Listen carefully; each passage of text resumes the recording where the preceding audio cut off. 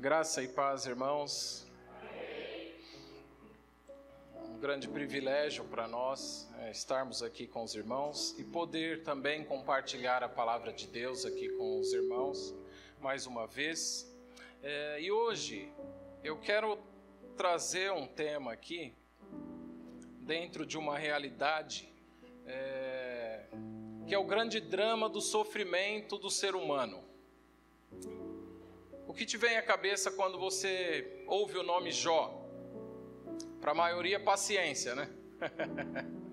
Pois eu quero te dizer nessa noite que Jó não foi tão paciente assim.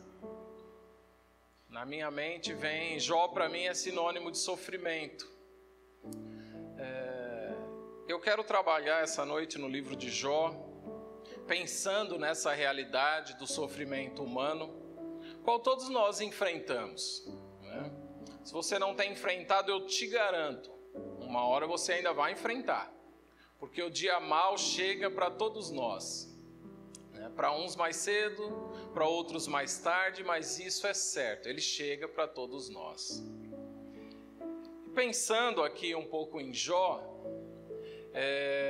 pensando que Jó, o livro de Jó é o livro, possivelmente o livro mais antigo da Bíblia, e que é um livro que se destaca, eu não sei se você já leu o livro de Jó, pela imensa quantidade de conhecimentos que Jó traz.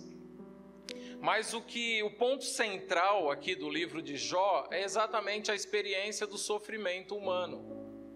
Nós olhamos para esse livro e imaginamos como é que as pessoas se assombram com os caminhos de Deus. Principalmente quando os caminhos de Deus, ele vai pela via do sofrimento. Como é que nós temos a grande capacidade de nos espantar com os caminhos que Deus tem? E os caminhos de Deus, ele nos causa medo. Isso é certo. Sabendo quem Deus é, confiando nele, como nós dizemos que confiamos, nós ainda temos muito medo dos caminhos que Deus tem preparado para nós. Nós cantamos aqui, conta as bênçãos, conta quantas são recebidas da divina mão, ou dize-as quantas são, né? Que esse é o da harpa, né?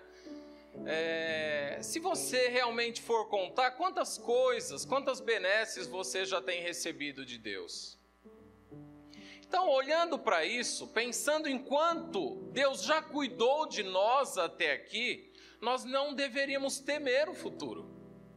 Nós não deveríamos nos preocupar com o dia de amanhã. O pastor Denis acabou de dizer, ele não muda. Ele não mudou, ele não mudará. Então, se eu sei quem é Deus, o pouco que eu conheço de Deus, é que ele quer um relacionamento comigo de pai e filho. E o pai cuida, o pai zela. Então, se eu olhar para trás, o quanto Deus já fez por mim, eu não deveria temer o dia de amanhã. Eu deveria verdadeiramente confiar nele. Mas os caminhos de Deus nos traz muito medo ainda. Nós, por não ter o controle daquilo que Deus vai fazer no dia de amanhã, segunda-feira, ou talvez hoje, no final desta noite, no fim deste dia, você não sabe o que tem preparado, o que é que a vida te reserva. E isso nos causa um certo anseio, isso nos causa medo, isso nos deixa balançados, atemorizados, aterrorizados. Porque nós não sabemos, é algo que não está no nosso controle. E olhando para a história de Jó, nós sabemos que ele jamais soube que Deus confiava nele. E que ele também confiava em Deus. Jó também nunca soube que a honra de Deus estava em jogo junto com a dele. Jó nunca soube disso. A história de Jó, quando você lê, nos alerta da primeira acusação que um dos amigos de Jó vai trazer sobre a vida dele, que é o princípio da causa e efeito. Nós temos essa questão de que o justo nunca vai sofrer e que o ímpio deve sofrer. Mas isso, olhando para a história de Jó e à luz da palavra de Deus, esse princípio, ele não é um princípio absoluto. Porque nós temos muitos justos que sofrem, ok? E nós temos muitos ímpios que prosperam. Então, pensando assim, nós não devemos acusar aquele justo que está sofrendo de algum pecado oculto, porque essa é a primeira coisa que nós, crentes, fazemos quando nós vemos um justo em sofrimento. Nós falamos, deve ser algum pecado escondido, algo não confessado. Essa é a nossa postura, a nossa atitude. E o contrário também é verdade, nós não devemos louvar o ímpio somente porque ele é próspero. Se bem que o princípio continua, aquele que pratica o bem, receberá bem. Aquele que pratica o mal, receberá o mal. Mas esse princípio ele não é totalmente absoluto, porque tem coisas espirituais acontecendo, coisas no plano celestial acontecendo, no plano terreno, que interferem nessa realidade de causa e efeito. Então esse livro de Jó também nos ensina um pouco sobre isso, e nos ensina que Deus é soberano. Ou nós não confiamos na soberania de Deus? Nós temos que confiar na soberania de Deus. E a história deste livro também nos mostra que Satanás não passa de um cão, de um cachorro, preso numa coleira, com uma focinheira na boca, e essa coleira está segura na mão do nosso Deus. Então o diabo só vai na minha e na sua vida até onde Deus permite. Aquilo que nós passamos, ainda que seja um ataque do inimigo, é porque Deus está permitindo. E se Deus está permitindo, nós temos que nos alegrar. Nós temos que ter convicções com base na palavra de Deus. Esse livro também nos mostra e deixa claro que sentimentos, e é esse o ponto principal que eu quero abordar, que sentimentos são diferentes de convicções. Nós sentimos, nós temos sentimentos, mas a convicção que nós temos na palavra de Deus, na promessa de Deus sobre a nossa vida, precisa ser maior do que o meu e o seu sentimento. Então esse livro deixa algumas coisas claro. Ele deixa claro, por exemplo, conforme nós fomos, quando criança, desenvolvendo e crescendo e aprendendo, e cada vez que a gente errava e nós éramos punidos por nossos pais, aquela punição trazia inclusive um senso de justiça para nós mesmos que estávamos errados. Aquela punição te trazia, puxa vida, eu estou merecendo, porque eu sei que aprontei. Então traz um senso de justiça. Mas à medida que nós vamos crescendo, que nós vamos nos desenvolvendo, nos tornando adultos, responsáveis, pais de família, nós vamos enxergando que essa proporção, ela não é na medida. Porque a gente sofre mais. Você tem essa sensação na sua vida? Parece que eu sofro mais do que eu mereço. Parece que eu não deveria estar passando tudo isso.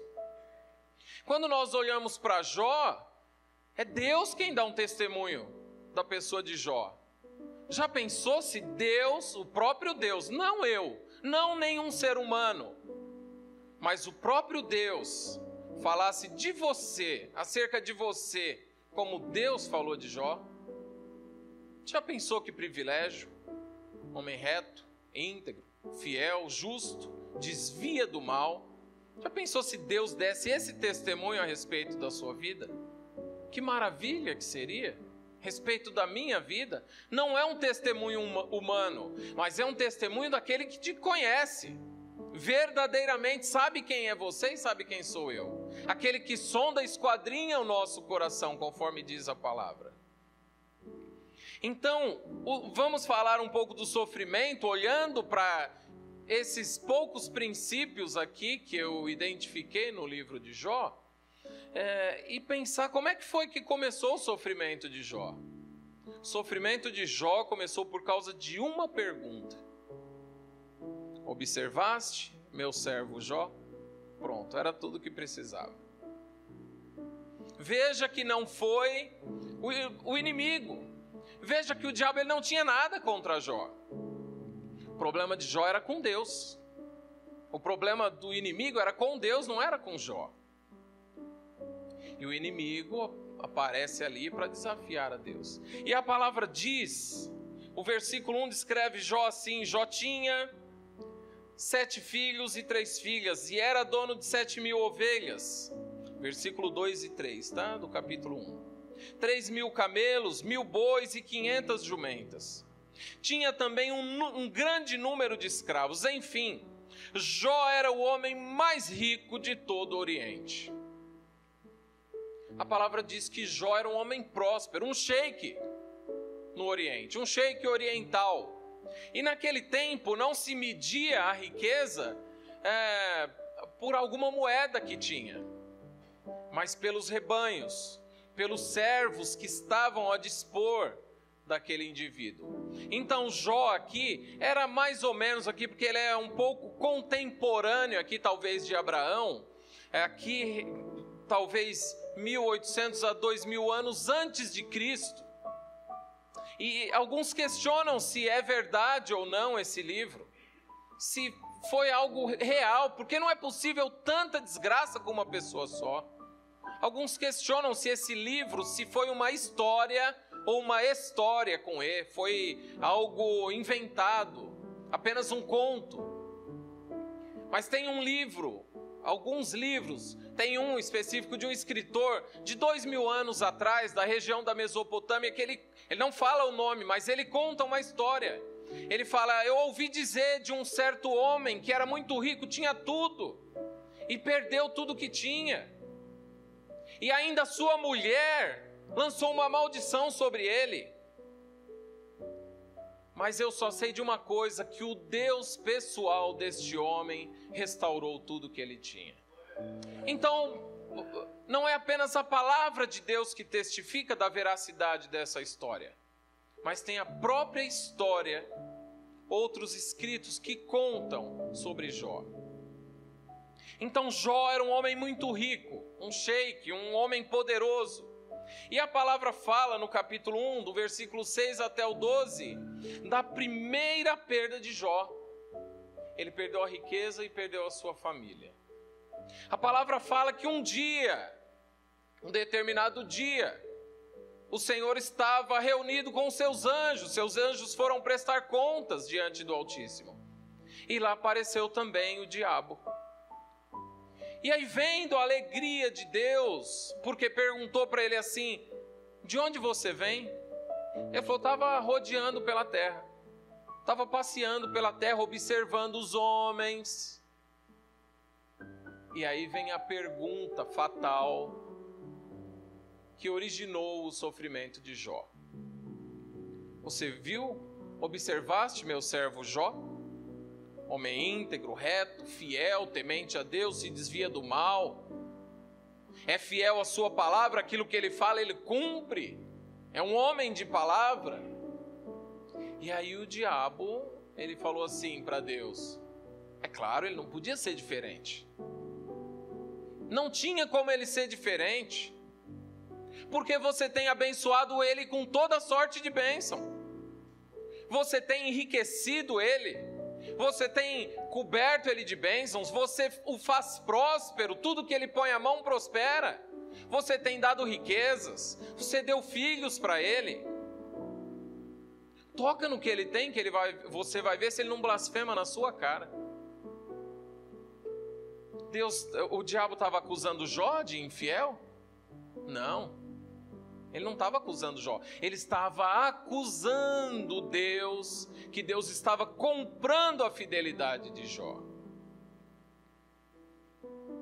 E aí Deus fala para ele: pode ir lá, toca em tudo que ele tem. Pode tocar em tudo, inclusive na família dele. Que difícil, né? Pode tocar em tudo, só não toca nele. E lá vai o diabo. Voltou para a terra. E no mesmo instante, imediatamente, ele começou a ferir Jó. Jó estava ali, seus filhos estavam reunidos na casa do filho mais velho, e de repente chegou um primeiro mensageiro, falou: olha, estava pastando com os bois, e vieram ali uns ladrões, uns sabeus, e roubaram tudo e mataram à espada todos os servos, só sobrou eu para te contar. E a palavra fala que enquanto aquele homem ainda estava falando, chegou outro, e falou: olha, caíram raios do céu e matou todas as ovelhas, queimou todas as ovelhas e queimou todos os pastores.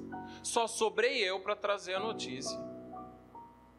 E aí, enquanto aquele segundo homem ainda estava trazendo o relato, chegou um terceiro homem.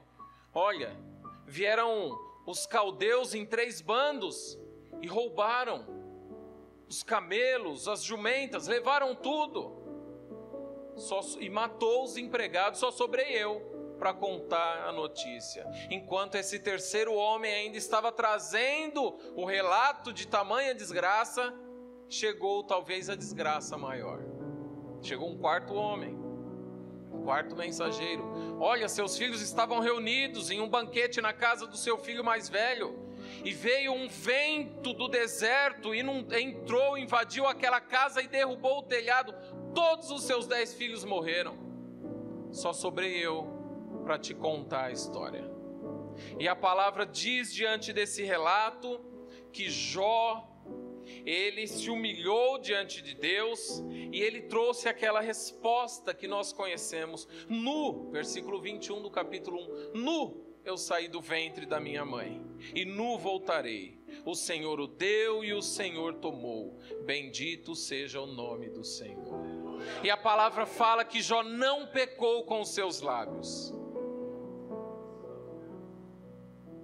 É muita perda para um homem só. Talvez você tenha enfrentado algumas perdas na sua vida. Talvez não como Jó, mas quantos de nós não perdemos? E a história que nos traz aqui é que Jó era fiel. O problema é quando nós somos fiéis, tomamos a decisão de andar ao lado de Deus e nós enfrentamos tamanha desgraça na nossa vida. Mas saiba, tenha uma convicção firme: Deus está no controle da sua vida e da minha vida. Novamente, os anjos de Deus se apresentaram diante dele numa espécie de reunião, uma espécie de sala de reunião do Altíssimo. E quem aparece de novo? O intrometido do diabo. Apareceu nessa reunião e Deus perguntou para ele novamente: de onde você está vindo? Ele falou: de rodear a terra, estava passeando, dando um rolê pela terra, observando os homens. Eu quero te dizer uma coisa sobre isso: o diabo não mudou a estratégia dele. Ele continua observando os homens, querendo me pegar nas minhas fraquezas, querendo pegar a você nas suas fraquezas. A palavra diz que ele anda ao derredor, bramando como um leão, buscando a quem possa tragar. E Deus falou: bem, já que você veio de lá, você viu meu servo Jó, como eu te falei, homem reto, íntegro. Deus dá novamente aquele testemunho. Nem precisava eu ter permitido você fazer isso com ele, porque eu já sabia que ele era assim. Jó aqui é uma espécie, foi constituído uma espécie de advogado de Deus. Jó aqui era o advogado de Deus que estava defendendo a causa de Deus. Jó não é qualquer um aqui.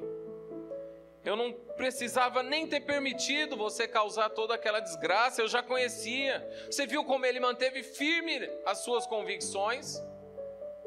E aí o diabo provoca Deus novamente.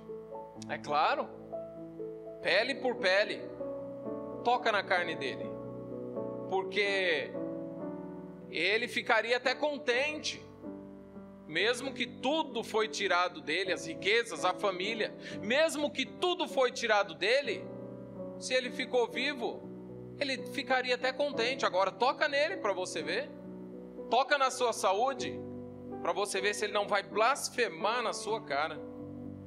E Deus falou: então vai, toca nele. Apenas não toque na sua vida. Pode afligi-lo com doenças, mas não toque na sua vida. E lá volta o diabo para a terra. E é mais ou menos assim, isso não está na Bíblia, mas eu fico imaginando, talvez Jó voltando do cemitério, depois de sepultar os seus 10 filhos, e Jó começa a passar mal, Jó começa a se sentir mal, e de um dia para o outro, Jó está irreconhecível, estava doente agora. E a palavra fala que Satanás feriu Jó com tumores malignos. Jó era um câncer só, de um dia para o outro, dos pés até a cabeça. E a Bíblia traz alguns relatos sobre a doença de Jó. Tumores malignos. Jó tinha uma coceira contínua. Jó estava irreconhecível. A palavra diz que quando seus amigos chegaram, não reconheceram Jó. Estava desfigurado. Jó tinha perdido o apetite. Jó estava com medo, depressão, feridas de pus que coçavam, estouravam, vermes se criando nas feridas de Jó. Você já cortou uma goiaba cheia de bichinho? Tá? Não aquelas que a gente compra, aquelas que a gente pega no pé. Cheia de bichinho, cheia de verme. Já viu um animal apodrecendo?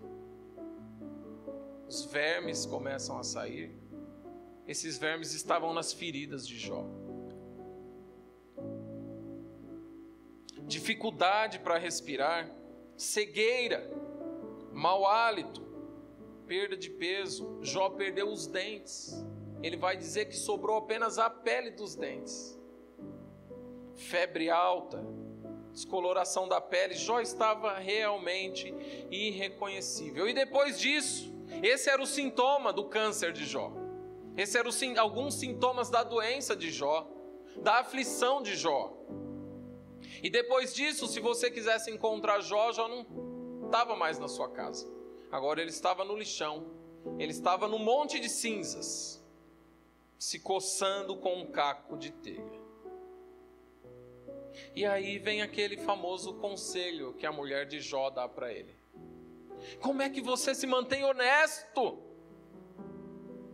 Você já sofreu perdas na sua vida? E as pessoas que te questionam, como é que você se mantém íntegro? Como é que você tem coragem de continuar honesto?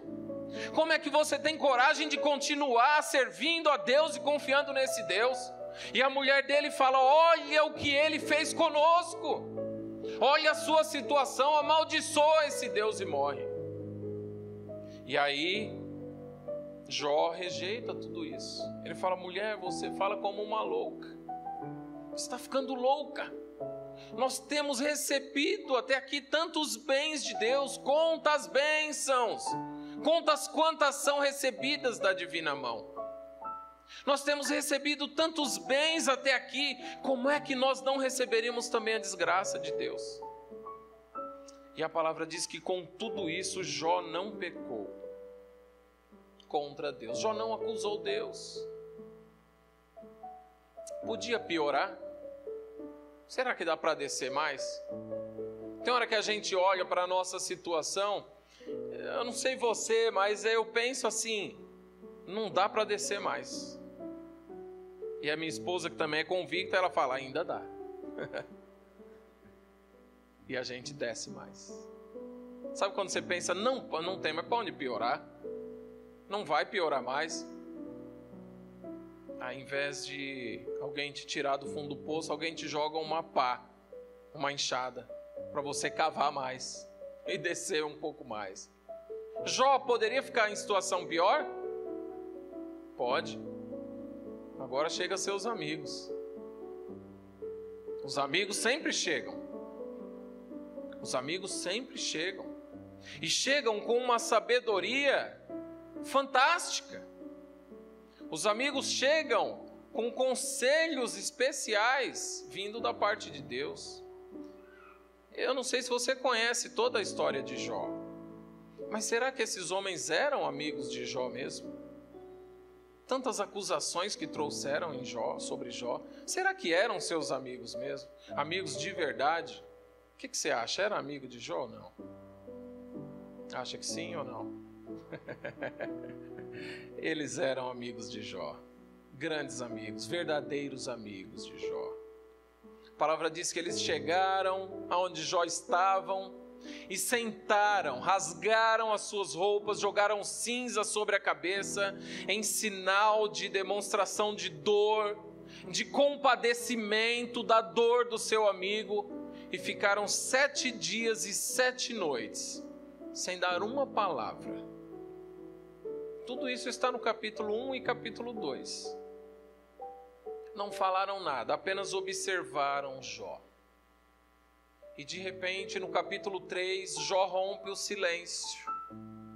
E Jó, diante daquela situação, sem seus amigos terem falado nada ainda, Jó rompe o seu silêncio e agora ele amaldiçoa no capítulo 3 o dia do seu nascimento. Por que é que eu nasci? Por que é que eu não fui abortado? Por que será que minha mãe não fez um aborto às escondidas? Por que é que foi que minha mãe colocou o seio na minha boca para me amamentar? Se ela não tivesse feito, eu morreria de fome. Eu poderia ter sido abortado e não ter visto a luz do dia, como aquelas crianças que não veem a luz. Eu poderia agora estar descansando com os grandes generais, com os reis que construíram seus palácios. Eu poderia estar em paz. Por que é que eu não fui abandonado para morrer? Maldito seja o dia do meu nascimento, que as estrelas daquele dia não brilhem mais. Então Jó amaldiçoou o dia do seu nascimento. Capítulo 3 do livro de Jó. Mas agora os amigos vão se manifestar.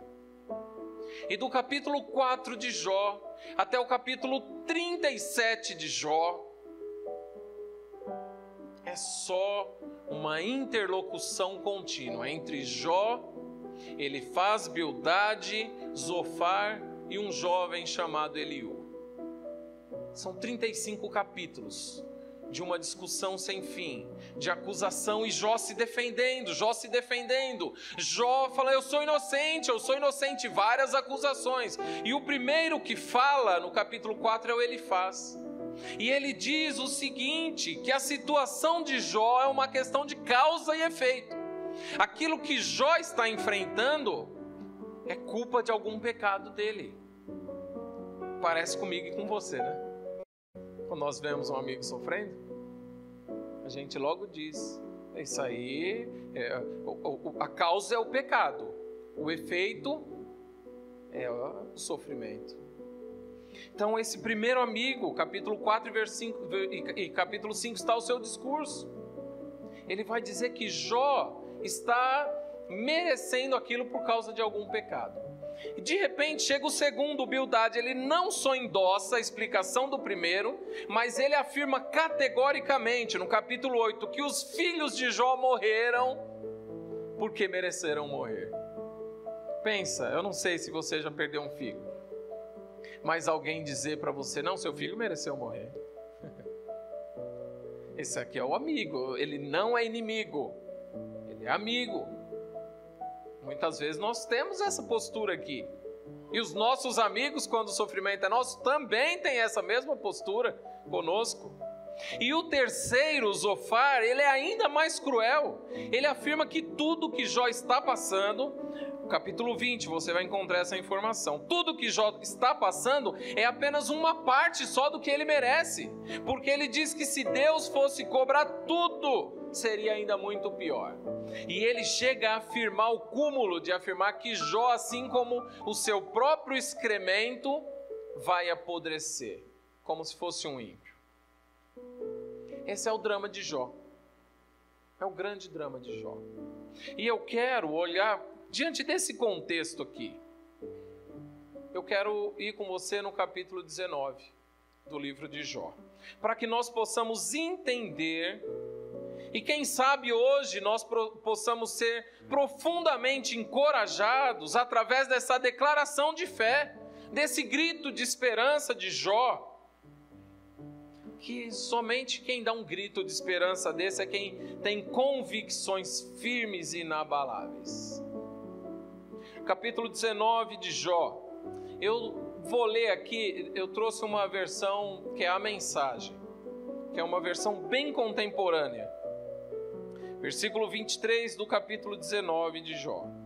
Ele fala assim: quem dera minhas palavras fossem registradas num livro, ou melhor ainda, esculpidas numa pedra. Apesar de tudo, eu sei que Deus vive. Na sua versão deve estar: eu sei que o meu Redentor vive. É Ele quem me dá vida, e no final, é Ele quem me fará justiça, e eu o verei. Mesmo depois de ter o corpo destruído, verei Deus com meus próprios olhos. Como eu anseio por esse dia. Eu sei que o meu Redentor vive. Então, essa declaração de Jó, qual a sua dificuldade hoje? Você conseguiria dar um grito de esperança desse? Eu sei, eu tenho convicção, eu estou certo que o meu Redentor vive. Você teria condições de dar esse grito de esperança hoje? Com todos os seus problemas? Mas e se você fosse Jó? Essa é uma declaração de fé das mais memoráveis registrada nas Escrituras. Sabe por quê? Jó está 2000 anos aproximadamente antes de Jesus. Ele não havia ouvido falar de Jesus. Ele não havia ouvido falar de ressurreição. Mas ele fala: eu sei que o meu Redentor vive. E se você estudar, você vai ver que só Jesus Cristo se encaixa para ser Redentor. E um dia ele se levantará sobre a terra. Você conhece a história de Jesus? Um dia ele se levantará sobre a terra. E com estes olhos, não outros, eu o verei. Isso é fé. Ele não havia ouvido falar desse Redentor. Ele não havia ouvido falar de ressurreição dos mortos. Mas ele tem uma esperança, uma convicção. Não outros olhos, com estes olhos eu verei, mesmo depois de o meu corpo destruído. Parece uma loucura. Os bichos comeram, voltou ao pó. Como é que com estes olhos eu o verei? Olha que esperança, que fé, que convicção deste homem. Você poderia fazer essa declaração diante de todas as lutas que você tem enfrentado. Eu sei que o meu Redentor vive. Com estes olhos eu o verei um dia. E a palavra diz que Jó queria que essa declaração dele fosse registrada num livro. Mas Deus fez muito mais. Deus deu a Jó o presente das suas palavras serem registradas na palavra eterna, não numa pedra calcada com chumbo, que ia durar muito tempo. Mas essa frase de Jó, essa esperança de Jó, foi registrada na Escritura Sagrada. Eu sei que o meu Redentor vive. E Redentor é aquele que toma as nossas dores. No meio do absoluto desespero de Jó, do absoluto abandono de Jó, das profundezas da sua alma, ele solta um grito de esperança. Eu não sei se você já se sentiu assim, abandonado por todos. E essa declaração de Jó é a luz desse capítulo 19, a partir do versículo 13. Deus tirou de mim a minha família. Todos os que me conhecem estão me evitando. Meus parentes e amigos me abandonaram. Os meus hóspedes viram a cara para mim. As criadas me tratam como um inútil. Fazem de conta que nunca me viram. Chamo o meu criado e ele me ignora. até mesmo quando eu peço um favor. Minha mulher já não suporta ficar ao meu lado. Sou um ser repugnante para os meus parentes. Até os mendigos da rua me desprezam. Quando saio, zombam de mim. Todos de quem fui chegado sentem nojo de mim. Meus amados me rejeitam, estou só pele e osso. Minha vida está por um fio. Essa declaração de Jó é nessa realidade. Essa declaração de esperança, de um redentor. Você já se sentiu assim? Arruinado por completo, abandonado por todos? Você precisa de um redentor. Eu preciso de um redentor. No mais completo abandono. Sabe quando todos abandonam?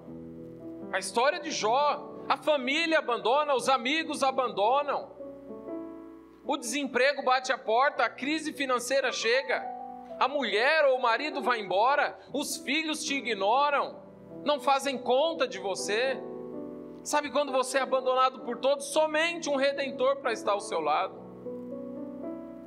Somente um redentor para andar contigo. Porque o redentor é aquele que é quase a nossa sombra. É aquele que toma as nossas dores, é aquele que anda junto, é aquele que nos consola.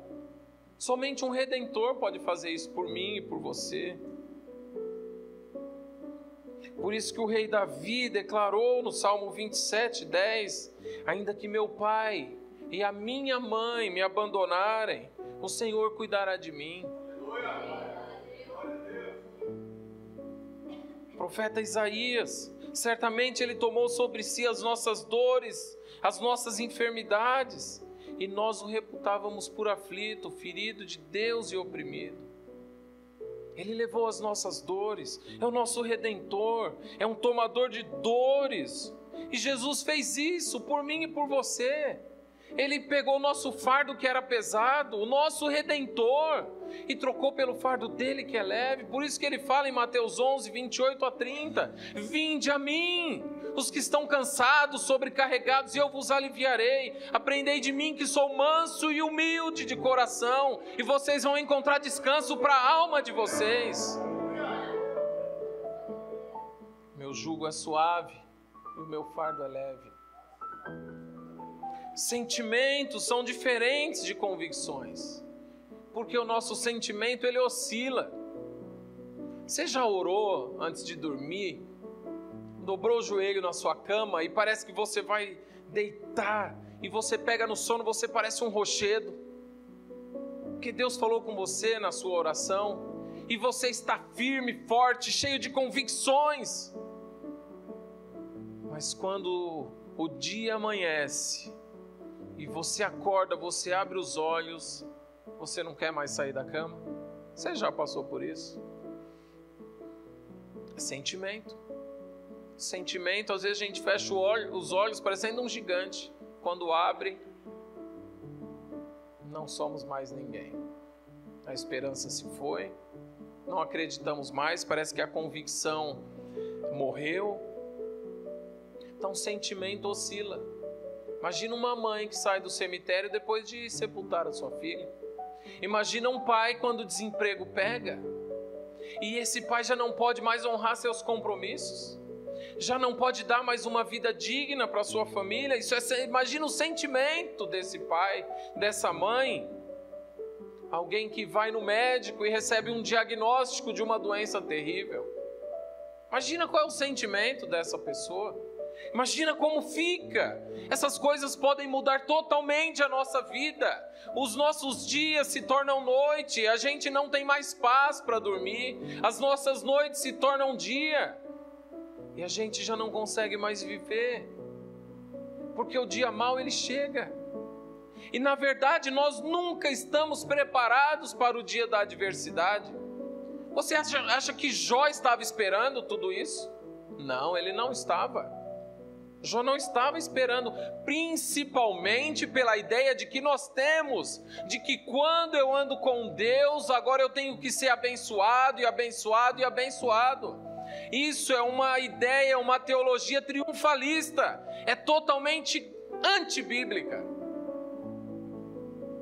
E se for crente é pior, porque a palavra diz, é porque não leu a Bíblia direito. No mundo vocês vão ter aflições, mas tem de bom ânimo. Eu venci o mundo. Se eu venci, vocês vão vencer. E nele nós somos mais que vencedores. Nós não estamos esperando o dia mau. Na verdade, nós entramos aqui nessa igreja esperando que o pastor traga uma boa notícia. Nós entramos aqui esperando que o pastor fale, olha, caminha, vai para frente, porque vai dar tudo certo. Não é isso que eu quero ouvir quando eu venho aqui? Sim, para mim sim.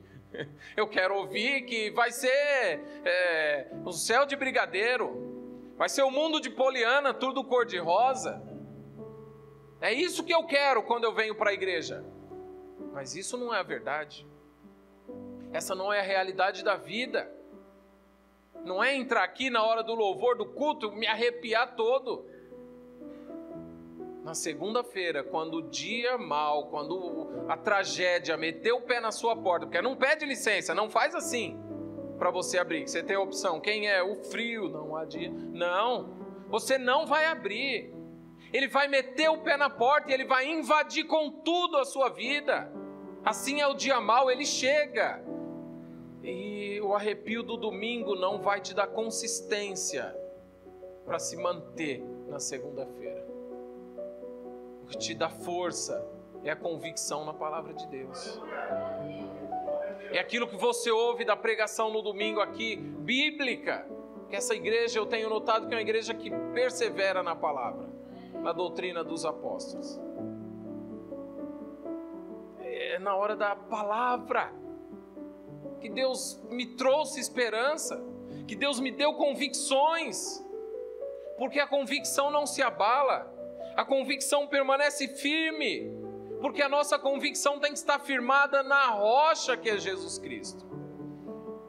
Eu tenho convicção, eu sei em quem tenho crido, Deus é fiel, Deus é um Pai amoroso, eu sei que nenhuma arma forjada contra mim vai prosperar, eu sei que todas as coisas cooperam para o bem daqueles que amam a Deus. Eu sei que nenhum dos planos de Deus pode ser frustrado na minha vida. Eu sei que tudo podes. Eu sei que o meu Redentor vive. Eu sei.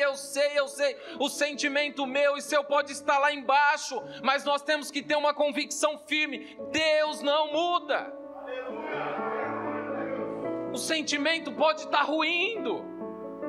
O dia mau pode ter alcançado a mim e a você. Eu posso estar esfrangalhando. Mas eu tenho que ter uma convicção firme. Deus não muda.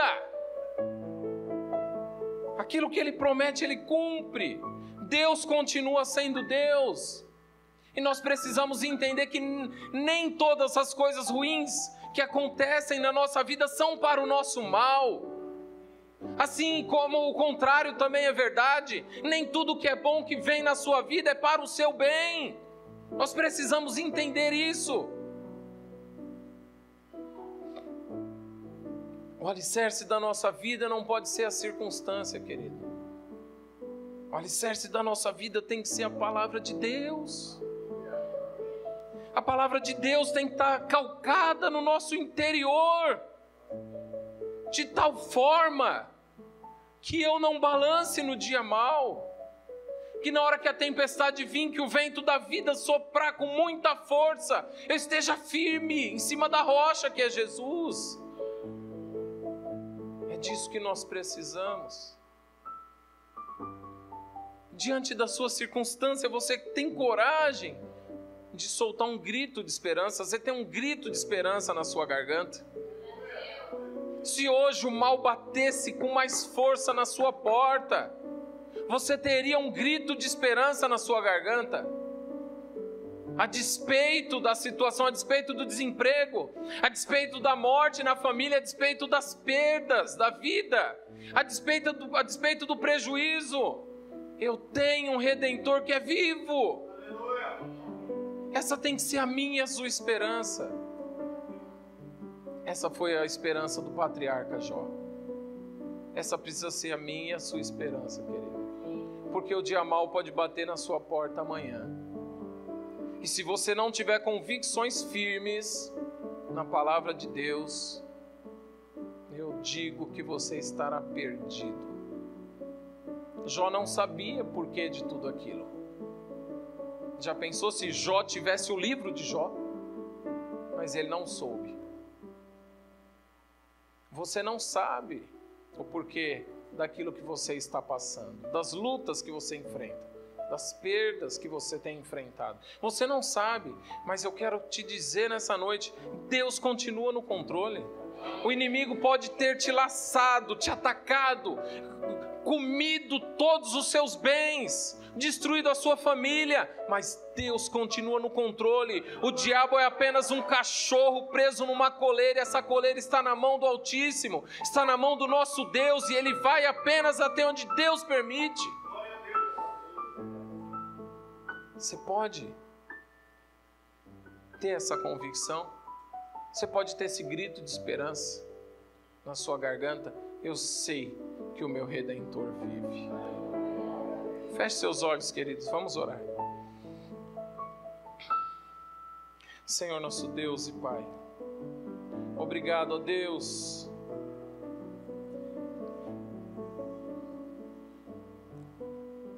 a Tua palavra diz que sofrer por Ti é um privilégio para nós. A nós foi dado não apenas o privilégio de crer, mas também de sofrer por Ti. Ó Deus, visita cada coração aqui, ó Pai, cada necessitado, cada um que tem uma situação difícil na vida, Deus. Sonda o coração, ó Pai, nesta noite, que o Senhor possa trazer esperança através da Tua palavra, Pai. Fortalece-nos, ó Deus, para enfrentarmos, ó Deus, aquilo que a Bíblia chama do dia mau. Nos ajuda, Pai. Qual é a sua dificuldade, querido, hoje? Qual é a sua luta? Qual é a sua angústia?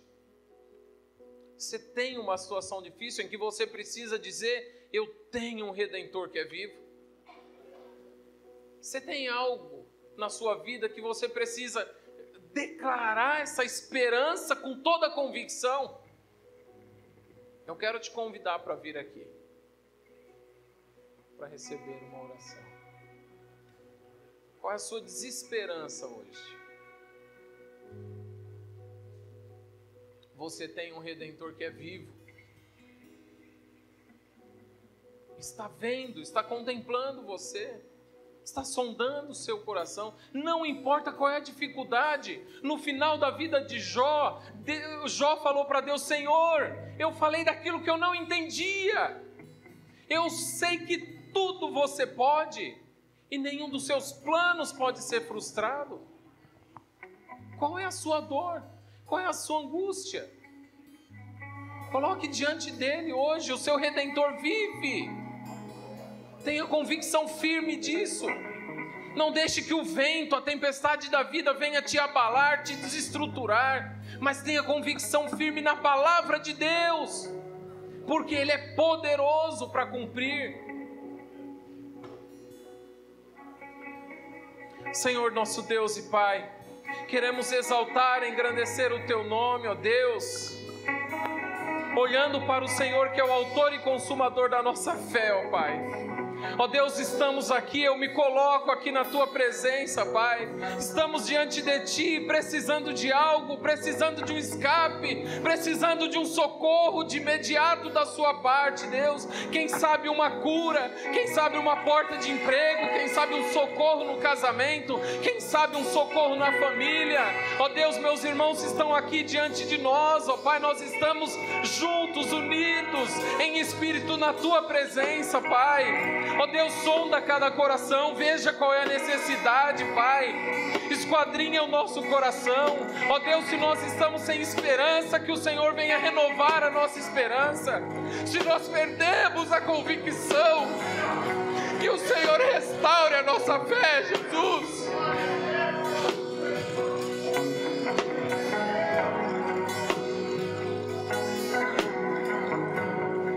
Se os sentimentos têm dominado o nosso coração e nos abatido, ó Deus, tira fora e domina o nosso pensamento, domina o nosso coração, Jesus. Nos fortalece com a Tua palavra, que essa noite nós possamos sair daqui transformados e convictos que o Senhor é poderoso para fazer infinitamente mais do que tudo aquilo que nós pensamos ou pedimos. Nos ajuda, Jesus, nesta noite. O Senhor, que é o nosso Redentor, segura na nossa mão, continua a caminhar conosco. Não nos deixe desesperados, Pai.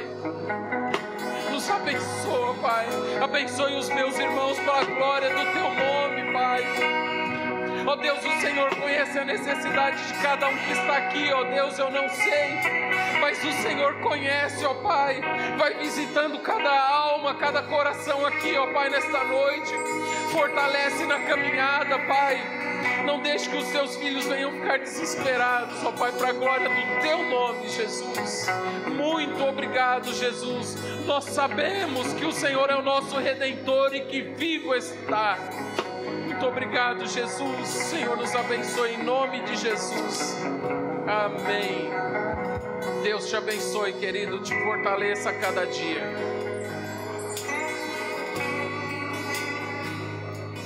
Ainda que eu ande pelo vale da sombra da morte, teu amor lança fora o medo. Ainda que eu me encontre no meio das tempestades da vida, não voltarei, pois perto estás. Eu não temerei o mal, pois o meu Deus comigo. Levante suas mãos e adore. Se o meu Deus comigo está, a quem eu temerei, a quem eu temerei. Oh, não, nunca me deixou na tempestade ou na paz. Oh, não, nunca me deixou quando veio, quando mal. Oh, não, nunca me deixou. Oh, Senhor, nunca me deixou. Aleluia, glória a Deus. Eu posso ver a luz que está vindo. Querido, diga com convicção, cante com convicção. Comparável, gloriosa luz, e haverá um fim aos problemas, mas até esse dia viverei sabendo. A igreja, diga. Eu não temerei. Por que você não vai temer disso?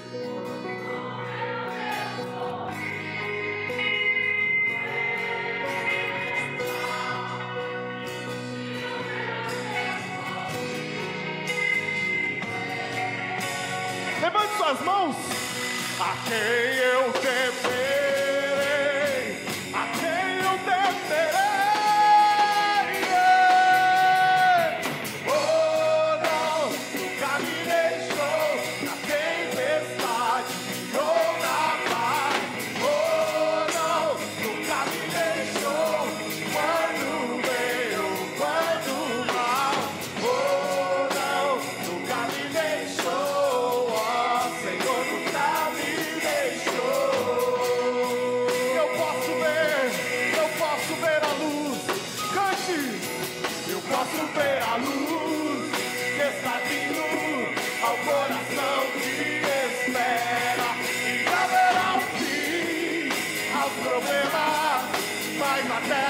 Levante suas mãos o mais alto que você puder e diga.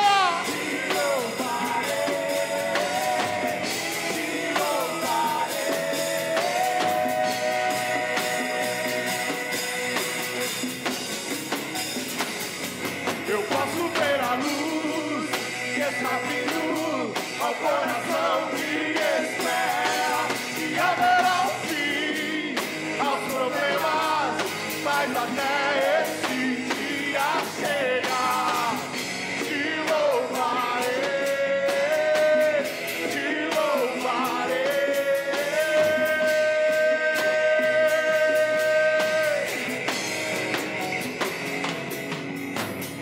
Oh, não, nunca me deixou na tempestade ou na paz.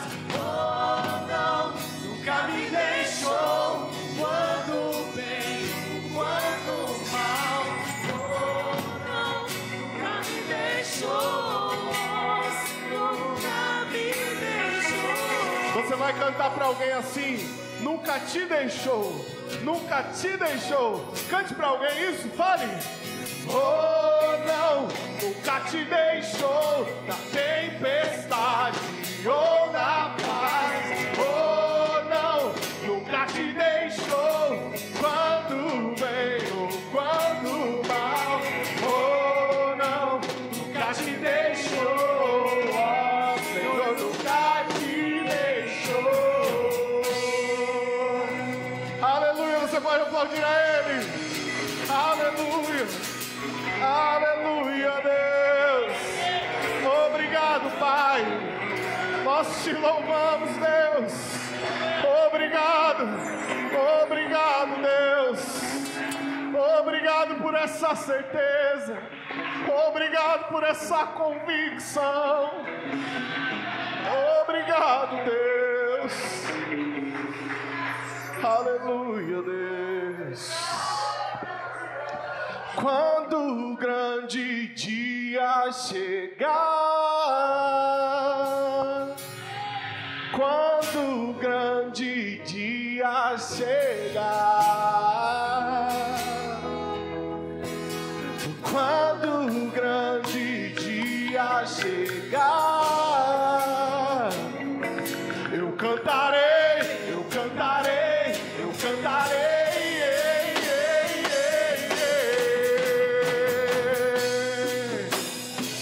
Valeu a pena, Senhor, valeu a pena, Senhor, valeu a pena mesmo. Nós não entendemos agora, queridos, mas nós cantaremos, nós diremos, Senhor, valeu a pena, Senhor, valeu a pena mesmo. Aplauda Ele, querido. Louvado seja o nome do Senhor. Aleluia. Aleluia. Glória a Deus.